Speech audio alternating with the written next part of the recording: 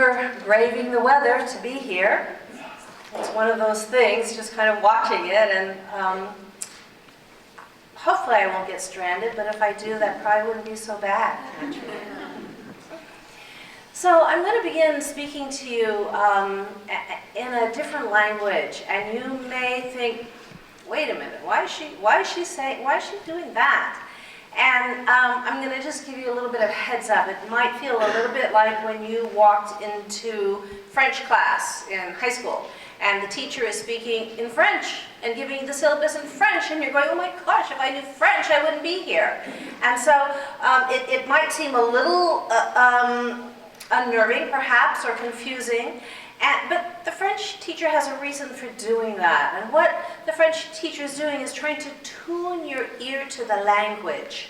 And so by speaking the language, helping you tune your inner ear to this language, which I happen to believe is the language of eating disorders, which is why I like to speak it.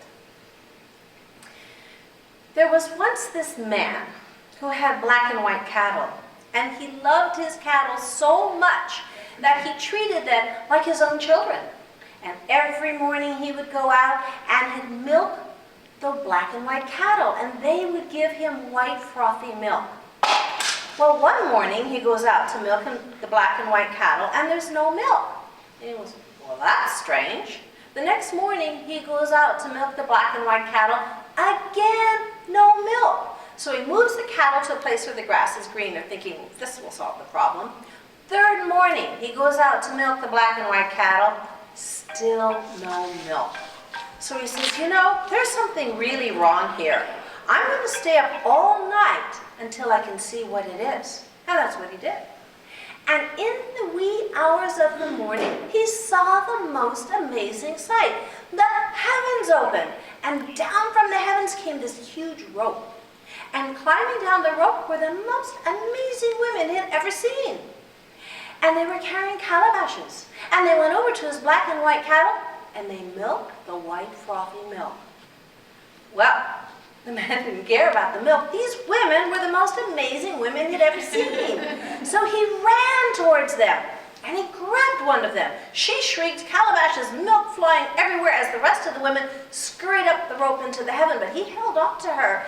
And she fought, and the more she fought, the tighter he held, until he said, woman, I want to marry you. She stopped fighting, and she said, well, all right, I'll agree to marry you, under one condition. Well, what's that? I have this basket that is so exquisitely woven. The lid fits perfectly on the bottom. I'll agree to marry you if you agree not to look in the basket until I say so. Is that it, he said? So they were married. And she was a very good wife. And she loved his black and white cattle and treated them as though they were her own children. So one morning, she was out milking the black and white cattle, and he was sitting around the house. And his eyes went up to the top shelf where the basket was. And he said to himself, you know, we've been married a long time now. All of what is mine is hers. Surely what is hers is mine. It's not going to do any harm to take a peek in the basket. So he got up, and he took the basket down from the shelf, and he put it on his lap. And very carefully, he lifted the lid that fit perfectly on the bottom, and he peeked inside. He said, I can't believe this. She's made such a big deal. There's nothing here.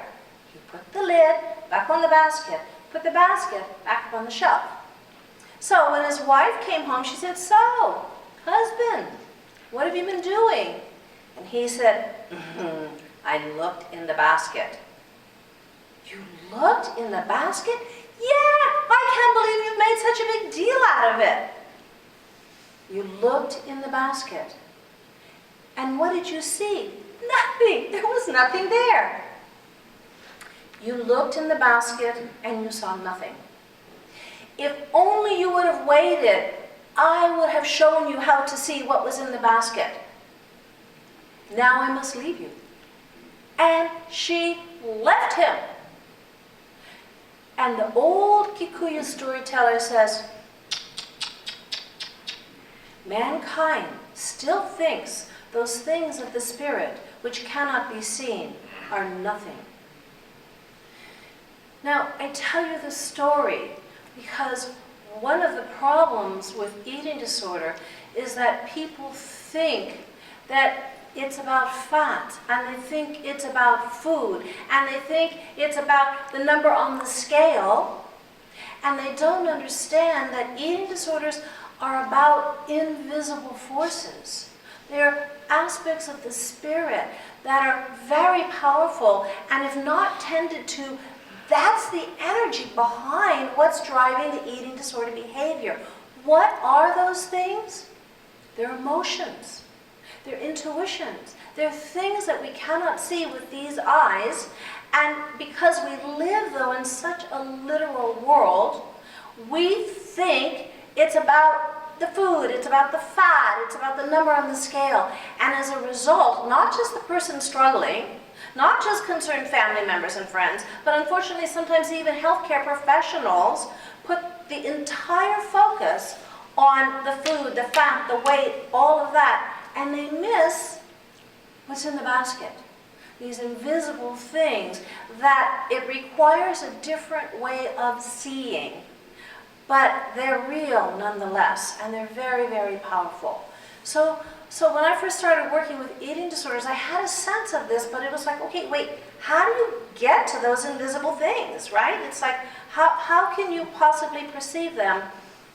And what I discovered is that what worked best for me, and ultimately what helped my clients, was using metaphor. Because metaphor is how we can perceive the invisible. It's how we can talk about it, it's how we can address it, it's even how we can work with it. So metaphor is the language of our stories, it's the language of our dreams, it's the language of our poems, our songs, and it's also the language of our bodies. We use metaphor. We say, what a pain in the neck. Oh my gosh, it makes me sick to my stomach. We are speaking in metaphor about certain emotions, certain experiences. So this is a language we use all the time. And when you look carefully at eating disorder behaviors, at eating disorder thoughts, you will see eventually how they are metaphoric for some other aspects of a person's life that they may not quite know how to conceptualize, and they certainly don't know how to communicate. So the deal is that the behaviors and the thoughts, they're coded, and you have to learn how to crack the code in order to really get to full, complete recovery. And when I mean full, complete recovery, I mean recovered, period. I believe I've been in the field way too long, and I've seen it way too much to know that it's absolutely, totally possible. However, it's like a weed. If you just cut it off at the top, it's going to grow back given the right circumstances. But if you go down and you clear those roots, it's a done deal. And so it is with eating disorders. If you cannot get beneath the visual physicality of it, then it could be an ongoing struggle. It could be a matter of white-knuckling it. But if you can find those root issues, go down, clear them, it's a done deal. There's no struggle with food, fat, and dieting for the rest of your life. So metaphors, they're interesting things, I guess, processes, because they operate on multiple levels, on the mental, the physical, and the spiritual. For me, the coolest thing about metaphor, though, is metaphor has the capacity to take something that appears to be negative and shift it into something that is positive. And for me, the reason why that is so important is when I'm working with someone struggling with an eating disorder, when they walk into my office, the room is just filled with hopelessness and helplessness and despair. It's like a vortex just sucking energy. And where do you get the energy for healing? Well, if you can take what appears to be negative, flip it, find the positive aspect, now you've got some energy to work with. Now there's some place to go with the healing. And it's also, it's a catalyst for change. So catalyst is something that changes something else without changing itself. The black and white cattle story, for many people, it's a catalyst. It gets them to change their way of thinking, perhaps, about an eating disorder. But it's the same story. I tell that story over and over and over again. It stays the same, but then it does produce change. So for me, that's what's so exciting. The other thing that's really amazing for me about metaphor is it can happen like that. And in this day and age, with managed care, or when you have somebody for a short period of time, the change has to happen, or you lose that opportunity. So to give you an idea of how that works, I'm going to show you this. Let me see if I get this right. Okay. Can you see these images of these right angles? Now, if I say to you, capital letter E, what happens? You see, like that, perception can change. This is what metaphor can do. And for me, this is what's really, really exciting, because when I'm working with somebody, I want their perception to change, because the one they've got is not working for them. It's like a gerbil on a wheel, and there's nowhere to go with it. So if you can at least shift perspective, then you open a whole new vista. And you see the whole world of opportunity that can come with eating disorder recovery. So when I first started working with eating disorders, it's been over 30 years, and I remember I was supervising a young psychology student who was getting her doctorate in eating disorders in Hawaii, and was studying that, and she and I would get together and talk about what we were seeing. And this is back in the early 80s. I mean, bulimia had just been diagnosed, and it certainly wasn't a household term. And we would get together and talk about the problems that we were seeing. And every single time we got together, we said, whoa, there's a big problem here. There ought to be a center for this. And after we said it about the fifth time, we looked at each other and we laughed and we went, all right. And so it created the Anorexia and Bulimia Center of Hawaii. And with that creation, it was one of those things you created and they come, and they came. Girls and women of all ages, all sizes, all ethnicities, no guys back in those days. And it was intriguing to me. I was fascinated, because I kept wondering, okay, first of all, why is it all females that are showing up? Second of all, why these particular females? And third, why is the struggle around eating food and weight? And because I'm a storyteller, I'm always looking for stories, but as a psychologist, I'm also a story listener. So I decided to listen as carefully as I could to all these different stories to see if I could find the common denominator, the common thread that ran through it all. And what I discovered was this.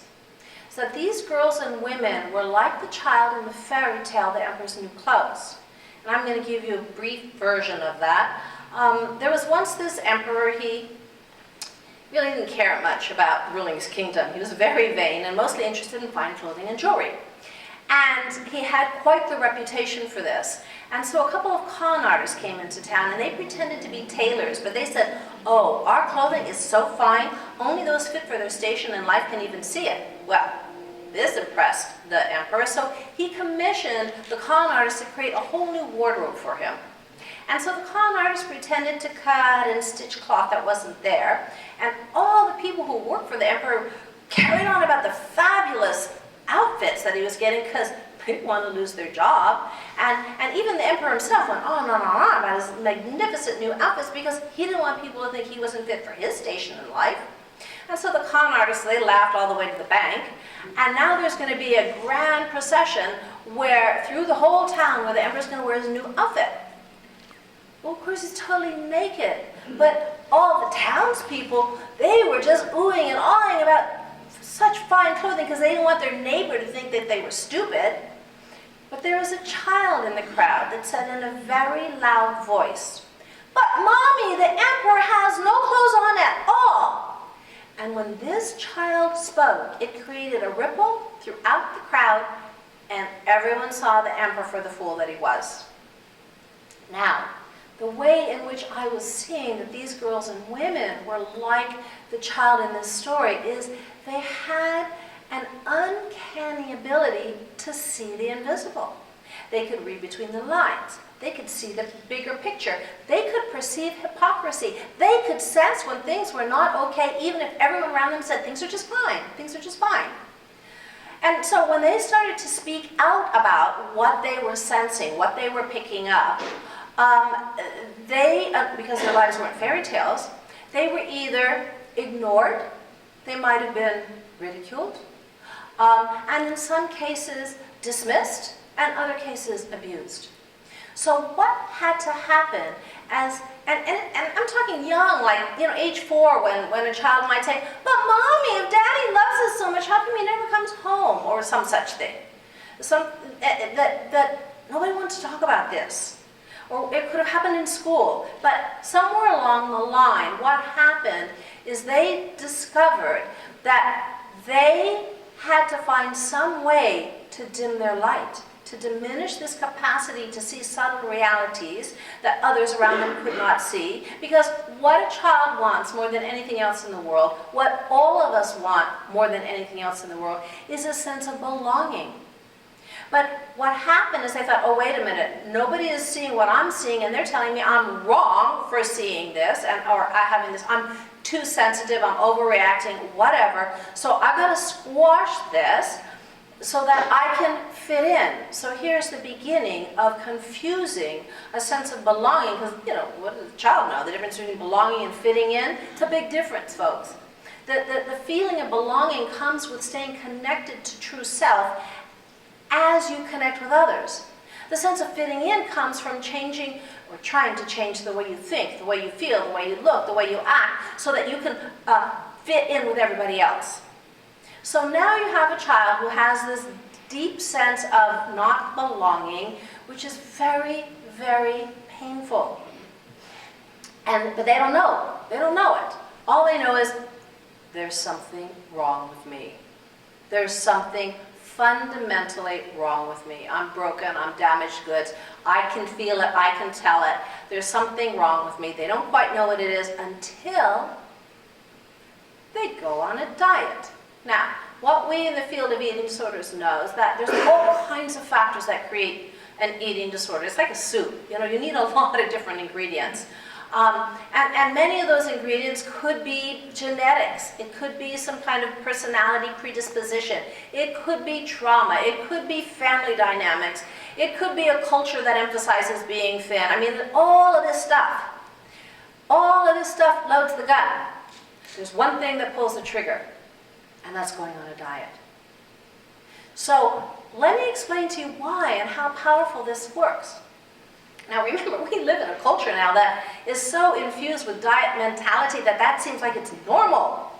And the concept of listening to your body to tell you when to eat and when to stop eating it's like from Mars or something. That's how far away we've gotten from this idea. But imagine this. Let's pretend, for those who've never been on a diet, just pretend that you're on a diet, or maybe you're just starving, same thing.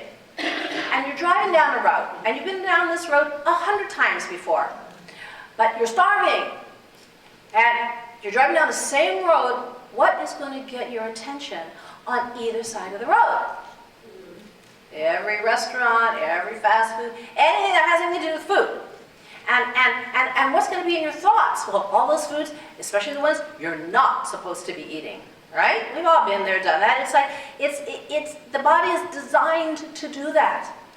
So, but now imagine this. Imagine that you believe there's something fundamentally wrong with you.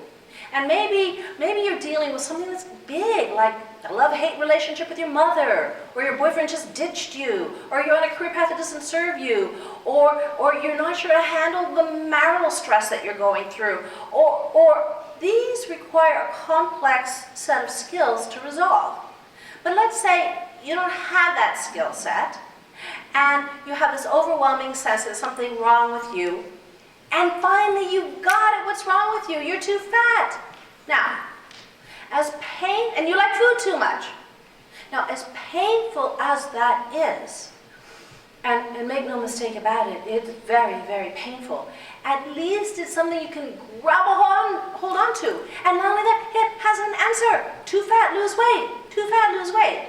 But of course, because it's not the real problem, the solution never works. And it's never enough weight is lost. Or what happens is the weight is lost and then it's suddenly found again. And then now you're on that road over and over and over again. So you see how this works. It's like a red herring. So a red herring is a term used in literature to describe, for example, like you're following a whodunit mystery. Who killed the old lady?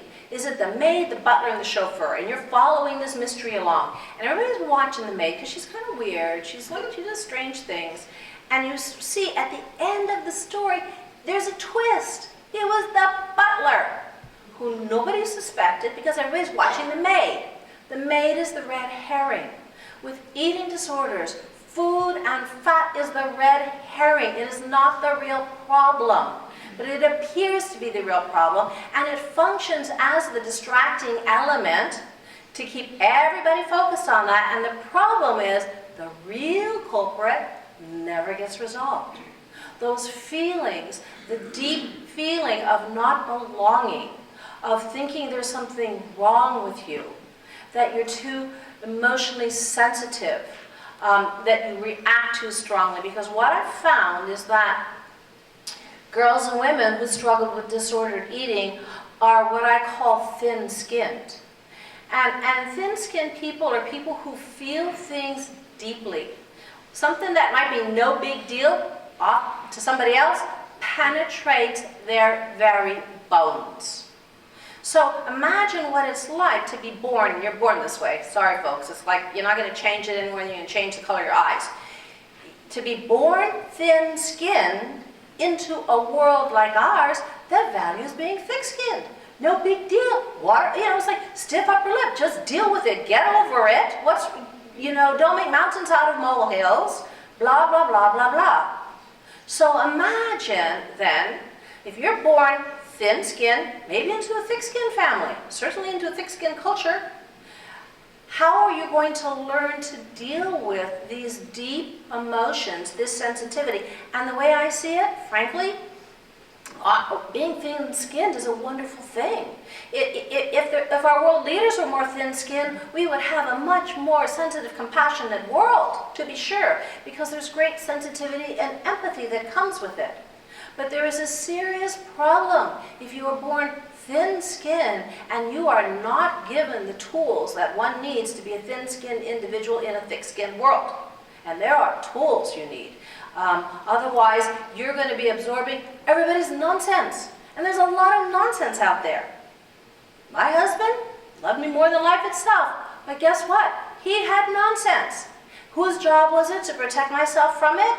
Mine. Why? Because half the time he didn't know when he had it. So we all need to learn how to not absorb the nonsense of the world. And if you're thin-skinned, you better be really good at it. And thin-skinned people have amazing things to offer the world. And my biggest joy, and people say, well, how can you work with people with eating disorders all these years? Because I get to see what happens. I get to see what happens when these people recovered, period. And what they bring to the world, it's extraordinary. I truly believe that these are the folks we've been waiting for, the world has been waiting for. There's something amazing about it. But first, you need a skill set. You need to really learn how to work with what you're born with. And so there's different ways to access that. Again, for me, metaphor works for this. And I find thin-skinned folks really respond to metaphor. But thin-skinned people are highly emotionally sensitive and very, very intuitive. They pick up on stuff. But once they learn how to claim that and work with it, it's pretty extraordinary. I'll give you an example of a modern-day fairy tale.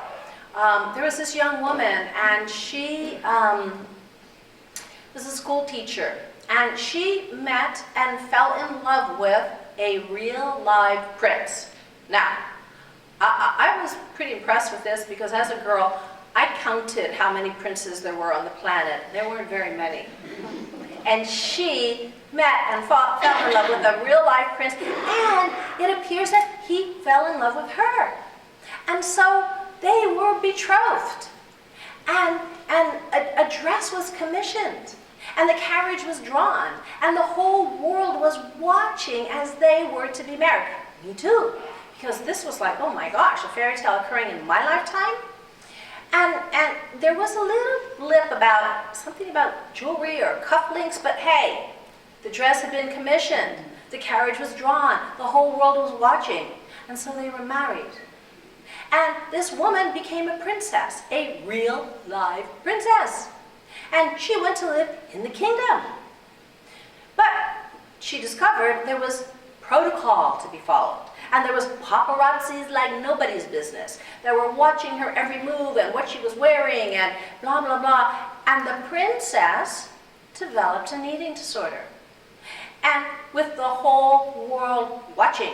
And the paparazzis had photos of her cellulite and then of her skin and bones. And I'm watching too, though, because I'm watching this whole thing unfold. And then guess what? The princess went into therapy. And in the back page, I saw of the newspaper, it even mentioned who her therapist was. And I started laughing because I knew who her therapist was. Her name was Susie Orbach. She wrote a book, Fat is a Feminist Issue. And I said, oh my, this kingdom is going to rock and roll. And it did. And so what happened is Princess Di, as she came to embrace these qualities, she became known as the Queen of Hearts. She was the only one, this is back in the day, the only one who would be photographed touching people with AIDS. She created photo ops for children whose limbs had been blown off by landmines and created special foundations so they could have prosthesis. She became the Queen of Hearts.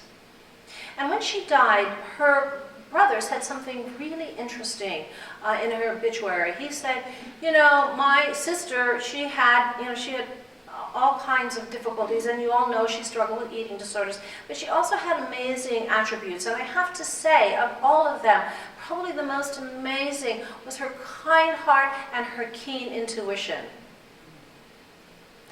So this is what can happen. I think this is a really important story to understand. Once a person can claim their true nature, it's an extraordinary journey, and it's one that I feel proud and blessed to be a part of whenever I'm given the opportunity. So that, but getting there, how do you get there? It's like, I throw metaphors like I throw spaghetti at a wall, you know, like anything that'll stick, I'm all for it. And one of the ones that I like comes from something I observed growing up, and in Hawaii, the eel lives in a hole in the reef in the ocean. The lobster makes its home at the mouth of the hole. And this is such a great arrangement because the eel has a lobster on its doorstep, keeping an eye out for predators. But it's a little more complicated for the lobster because eels eat lobsters. So, what the lobster has to do is keep an eye out for predators and at the same time have another antenna keeping an eye on that eel. Well, what I have found is that those who struggle with eating disorders are like lopsided lobsters. They have this most amazing, most extraordinary outer antenna. I'm here to tell you folks, they can walk into a room, pick up on the vibe, they can pick up on what you expect of them and deliver it right up before you even know that that's what you expected. That's how good they are. Lousy inner antennas, though, okay? So imagine this, if you're way, way, way better at picking up on and responding to the needs and feelings of everybody else, and not so good at picking up on and responding to your own needs and feelings, you're going to be a lopsided lobster. What's going to happen? You get way better at giving and putting out than taking in. It's like writing checks without making deposits. So then what happens is the person is left with a feeling of depletion and emptiness, and they try to fill that emptiness with food, which is horrifying because it's an emptiness that cannot be filled with food. So it's like, an endless thing. So they either want nothing to do with food, or they take the food in and then they got to get rid of it, or they just keep trying to stuff in as much as they can. So you see how that works? Because it's really, so what you have to do, and what I tell my clients to do, is like, okay, put that outer antenna on automatic pilot. It's fabulous. It's going to serve you the rest of your life, as it already has. Because with that outer antenna, you've been able to anticipate trouble down the road. You've been able to fly beneath the radar. You can sense stuff, but leave it out there. Keep it working for you. But now, cultivate a strong inner antenna, so that you're in balance. If you're paddling a canoe with just one paddle, you're going round and round and round and round. You need both so that you can direct where you want to go. So now you start cultivating a stronger inner antenna. How do you do that? For starters, proprioceptive awareness. Fancy word that just says hunger and satiety signals. Learn to read your hunger. We all have them, but for many people, because of a lot of reasons, there's static on the line and they don't hear the message.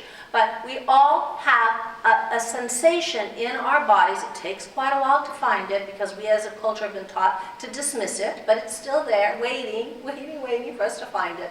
A sensation that will tell us when we're hungry and also when we're full. And it's a lot of work sometimes to get there, but you can get there. But the skill set that's required is proprioceptive awareness. The other skill set is emotional literacy, the capacity to identify, accept, and express your emotions in a way that honors your experience and honors the other person. It's a skill. And it's a skill we teach in assertive communication over and over and over and over and over again. It's an important language for recovery. So that the idea that there's a skill set that one can develop, but it's a matter of tuning in, tuning in, tuning in. How do you develop a strong inner antenna? Well, first of all, you change the questions you ask yourself. Instead of saying, what's he going to do if I say this? How's she going to react if I do that? What do they think about the way I'm handling this situation? Instead, you have to ask, how do I feel about what he just said? What's my reaction to what she did? What's it like for me to be here at this point in time? Checking in, checking in, checking in. Finding your hunger and satiety signals, rating it on a scale of 1 to 10. How hungry am I? How full am I? Checking in, checking in, checking in. So this idea of getting in balance and really communicating with your own inner experience and treating it not more important than anybody else's, but certainly equally as important. It's absolutely critical. And so there's a metaphor that I like to use that explains a lot of these concepts all squashed together into a bunch of images. And I'm going to share it with you, and I've gotten emails from all over the world, people saying, this worked for me, this shifted things for me, and so now it's my favorite, because it's everybody else's favorite. So imagine, now notice I'm saying imagine, right? I'm having you go in, because you're going to create your own experience, your own inner experience. Each of you has a different black and white cattle than the other person, or a different rope or calabash. It's yours when you create it. That's why the book is always better than the movie, because you created it with your imagination. So imagine you're on the banks of a raging river. It's pouring down rain. You slip and you fall in and you're drowning. You're getting pulled down through the rapids. And along comes a big log and you grab on. And the log saves your life. It keeps your head above water when surely you would have drowned. And eventually, the log carries you to a place in the river where the water's calm. And from there, you can see the riverbanks, but you can't get there because of the log. So now the irony is, the very thing that just saved your life is getting in the way of you going where you want to go in life. This is the eating disorder. Make no mistake about it. It has a function, a very important function, and it would behoove you to find out what that function is. It has kept you afloat in some very turbulent emotional waters when surely you would have drowned. Now, to make it more complicated, there's all these people on the riverbank going, let go of the log, let go of the log. And it's the people who love you more than life itself. It's the experts. And they're going, let go of the log. and you can't let go of the log. Well, and you feel like a stupid idiot for not being able to let go of that log. Well, the way I see it is letting go of that log may not be the best thing to do initially. Because what happens if you let go of that log, start to swim to shore where all those folks are saying, just let go, just let go. You get halfway there and discover you don't have the strength to make it. That means you don't have the strength to make it back to the log either, and you're really sunk. I believe we all have a wise part of ourselves that will not let us let go of anything until we're good and ready. So, what do you do instead? Well, let go of that log and try floating. When you start to sink, grab back on. Then let go of that log and try treading water. And when you get tired, grab back on. Then you let go of that log and you swim around it once. Grab back on. Twice. Grab back on. 10 times, 100 times, 200 times. Whatever it takes for you to have the strength and confidence to make it to shore, then you let go of the log. Why? It has no function any longer. So the process of recovery involves identifying what's the skill set you need, and then developing that skill. It's not magic, but it does take consistency, persistency. It takes hope. It takes encouragement. It takes a village. But it absolutely, totally can be done. It doesn't matter what your genetic makeup is. If that's what's causing your eating disorder, it doesn't matter. You still need the skill set. And guess what? Well, we know now the whole world of epigenetics, it's like even if you have that, you cultivate the skill set and that changes. So it's really important, I think, for people to understand how to work with the invisible, these thoughts, these feelings, these intuitions, and how to embrace them. Because we enter the world of paradox. And that's really, really hard for us, that those of us that live in a culture that likes everything clear and absolute and preferably black and white. And that gives us a certain amount of comfort. But in the world of eating disorders, you have to cultivate some tolerance for paradox. Because the paradox is eating disorders are not about food and eating, and they are about food and eating. And negative body image is not about the body, and it is about the body. So somewhere in this in-between world of what is and isn't is where the answers lie, and it requires this capacity to move and an openness to appreciate those things that may not necessarily appear to be what the real reason is, what the real struggle is, and to get behind that. So another metaphor I like to use is, imagine two tanks. Tank A, tank B. Tank A is the tank that you fill when you need physical nourishment. You fill it with food. Tank B is the tank that you fill when you need emotional nourishment or spiritual nourishment, non-physical nourishment. And you fill it with things like attention, affection, appreciation, acknowledgement, meditation, prayer, and so on. But what happens is we think there's just one tank. So before we know it, tank A is full and overflowing, and we're still hungry. And that freaks us out because it seems like there's never enough food. And so we might even want to say, okay, I'm never going to eat again because I can't ever stop. So what has to happen is, because we don't understand there are many kinds of hunger, is we have to tease the two tanks apart so that you can identify the difference between physical hunger and non-physical hunger, because they require different kinds of food. No amount of physical food is ever going to fill tank B. And that's why the person who's struggling is always going to feel hungry, but they're going to assume that it's hunger for food. And then begins this huge battle. And so, how do you tease the two apart? Well, I've already given you the first step, proprioceptive awareness, developing the capacity to identify hunger and fullness.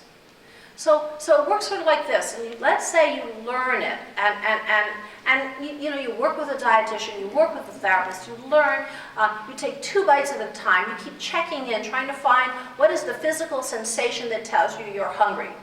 And it does take a bit of practice, 2 bites at a time, saying, am I hungry? If the answer is yes, how do I know? Oh, I feel a little tickle here, I feel a little movement here. It's a physical sensation. It's a contraction or an expansion, a heaviness, a lightness, a roughness, a smoothness, a coolness, or something physical. I feel like pizza is not a physical sensation. It's something in the body. And as you get better and better and better at learning this, and then you find, oh, you can find your physical fullness signal, and you work with it, and you get that kind of precision. And let's say you get, you're maybe about 60, 70%, accurate, and you're reaching for the pizza, and you check in, because you learn tuning in.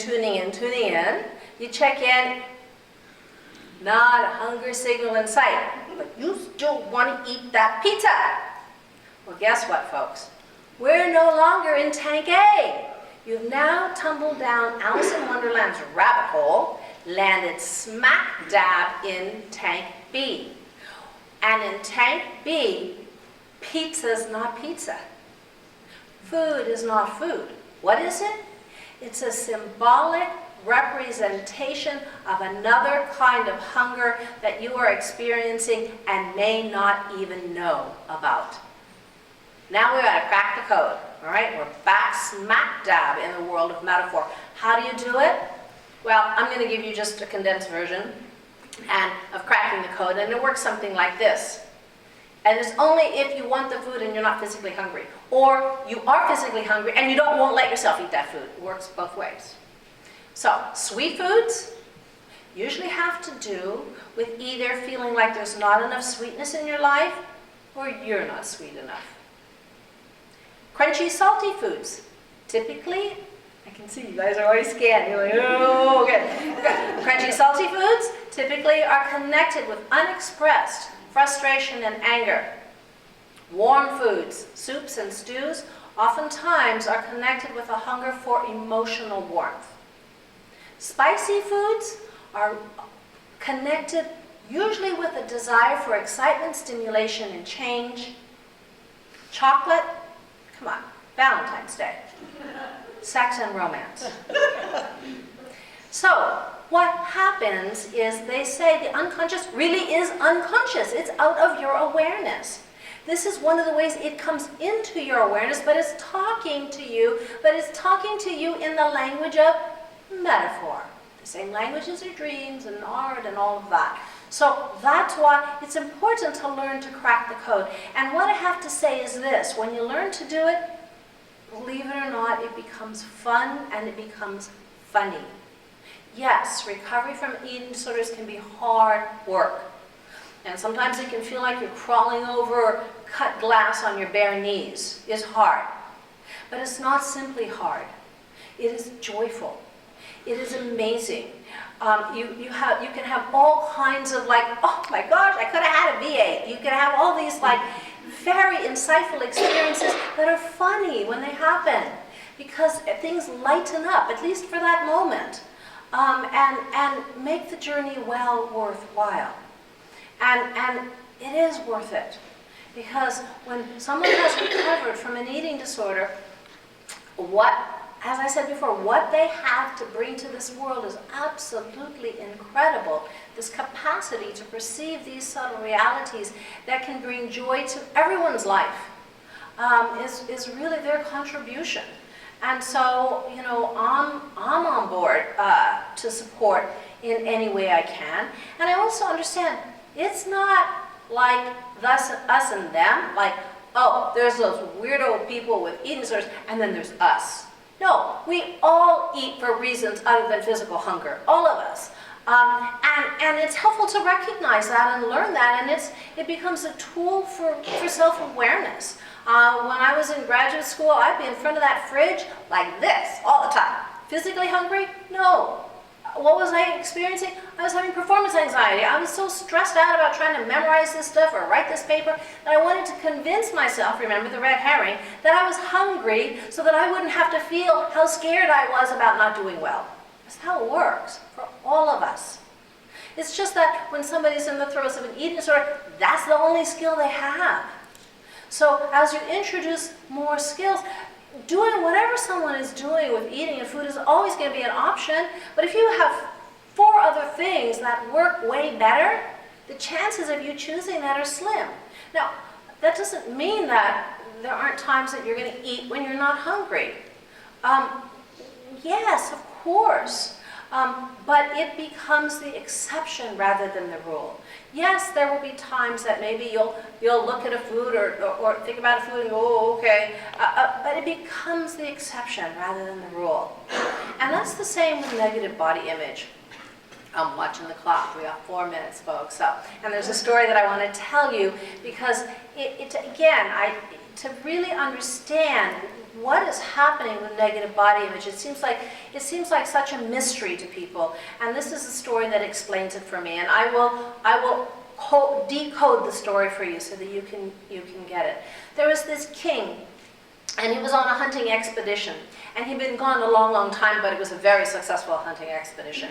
So when he returned, all the horses, they all come galloping into the courtyard, and they were greeted, as they always have been, by the king's best friend, the king's most loyal companion, the dog that he had raised from the time she was a puppy. Came rushing out to greet the hunting party, but the dog started acting strange. It started snarling and barking and spinning around and running away, and then coming back and snarling and barking and spinning around and running away. And the king said, oh my gosh, I've been gone so long, my dog has gone mad. So he goes chasing after the dog, and it runs through the corridors in the castle, and then it stops abruptly at the entrance to the nursery of the king's firstborn. Snarls and spins around and barks, and to his horror, the king saw that the dog's muzzle was covered with blood. And when he stepped into the nursery, he saw the walls were splattered with blood. And across the way, he saw the infant's cradle is overturned. And enraged at the betrayal of his best friend, he pulled out his sword and plunged it into the dog's heart. And right then, he heard a cry, and he rushed across the room, and there, beneath the carcass of a dead wolf, was his infant child, totally unharmed. Ugh! Is that the worst story ever? If this were a movie, I wouldn't even go see it, but you guys get to create pictures in your own mind's eye, so I'm trusting that you know how to take care of yourself on this one. But as horrific as it is, this is the experience of someone with negative body image.